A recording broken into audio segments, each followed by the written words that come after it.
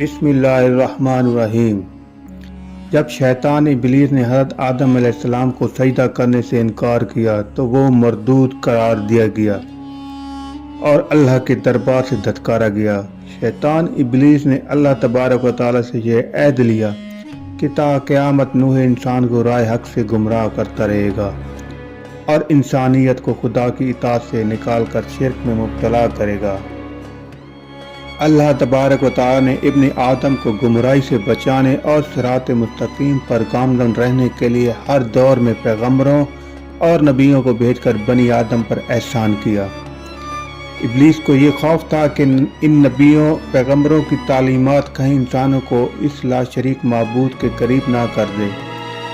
जब रहमतुल आलमीन यानी आखिर नबी हज़रत मोहम्मद सल्लल्लाहु अलैहि वसल्लम इस दुनिया में तशरीफ़ लाए, वो दिन इब्लीस के लिए सबसे ज़्यादा गिरां और सख्ती का दिन था, क्योंकि आप सल्लल्लाहु अलैहि वसल्लम की मुबारक ज़ात की बरकत से बनी नौ इंसान को हिदायत मिलने वाली थी, जो इब्लीस की सबसे बड़ी नाकामी थी।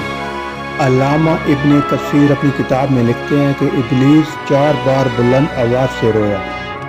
पहली बार जब अल्लाह ताला ने इसे लाइन ठहरा कर इस पर लानत फरमाई, दूसरी बार जब इसे आसमान से ज़मीन पर फेंका गया, तीसरी बार जब नबी मुस्तफ़ा सल्लल्लाहु अलैहि वसल्लम की विलादत हुई और चौथी बार जब सूरह फातिहा का नज़ूल हुआ। इब्ने अबी हातिम अपनी तस्फीर में हज़रत अकरमा से रिवायत करते हैं कि आप सल्लल्लाहु अलैहि वसल्लम की विलादत की वजह से रोज़ ज़मीन नूर से मुनव्वर हो गई। इब्लीस ने कहा, आज ऐसा बच्चा पैदा हुआ है जो हमारा मामला ख़राब कर देगा। तो इसके एक सिपाही ने कहा, तुम जाओ इस बच्चे की अकल में खामी पैदा करो।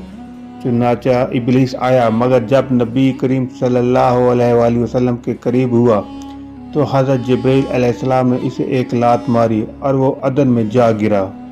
इसी तरह एक रिवायत में हज़रत इब्ने अब्बास रज़ियल्लाहु तआला अन्हु फरमाते हैं कि शैतान को आसमान से नहीं रोका जाता था, वो बिला रोक टोक आते जाते थे। लेकिन जब हज़रत ईसा इब्ने मरियम अलैहिस्सलाम की विलादत हुई तो शैतान को 3 आसमानों में आने से रोक दिया गया। लेकिन जब रसूलुल्लाह सल्लल्लाहु अलैहि वसल्लम की विलादत हुई तो शयातीन पर तमाम आसमानों के दरवाजे बंद कर दिए गए, उन्हें आग के शोले मारे जाते थे। जिस रात नबी सल्लल्लाहु अलैहि वसल्लम की विलादत हुई, अल्लाह तबारक व तआला की तरफ से आसमानी दुनिया में ख़ास हिफाजती इक़दामात किए गए थे और इब्लीस मरदूद के लिए वो रात जिल्लत भरी रात साबित हुई।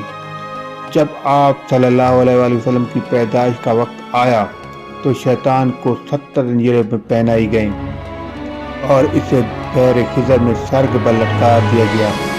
तमाम शयातीन और सरकश मखलूक़ात भी जंजीरों में जकड़ दी गई। सुभान अल्लाह। उम्मीद करते हैं आपको हमारी आज की वीडियो पसंद आई होगी। मज़ीद अच्छी वीडियो को देखने के लिए हमारे चैनल को सब्सक्राइब कर दें और साथ में लगी घंटे के निशान को दबा दें, ताकि आपको हमारी अच्छी वीडियो बर वक्त मिल सके। अपना ख्याल रखिएगा। अल्लाह हाफ़िज़।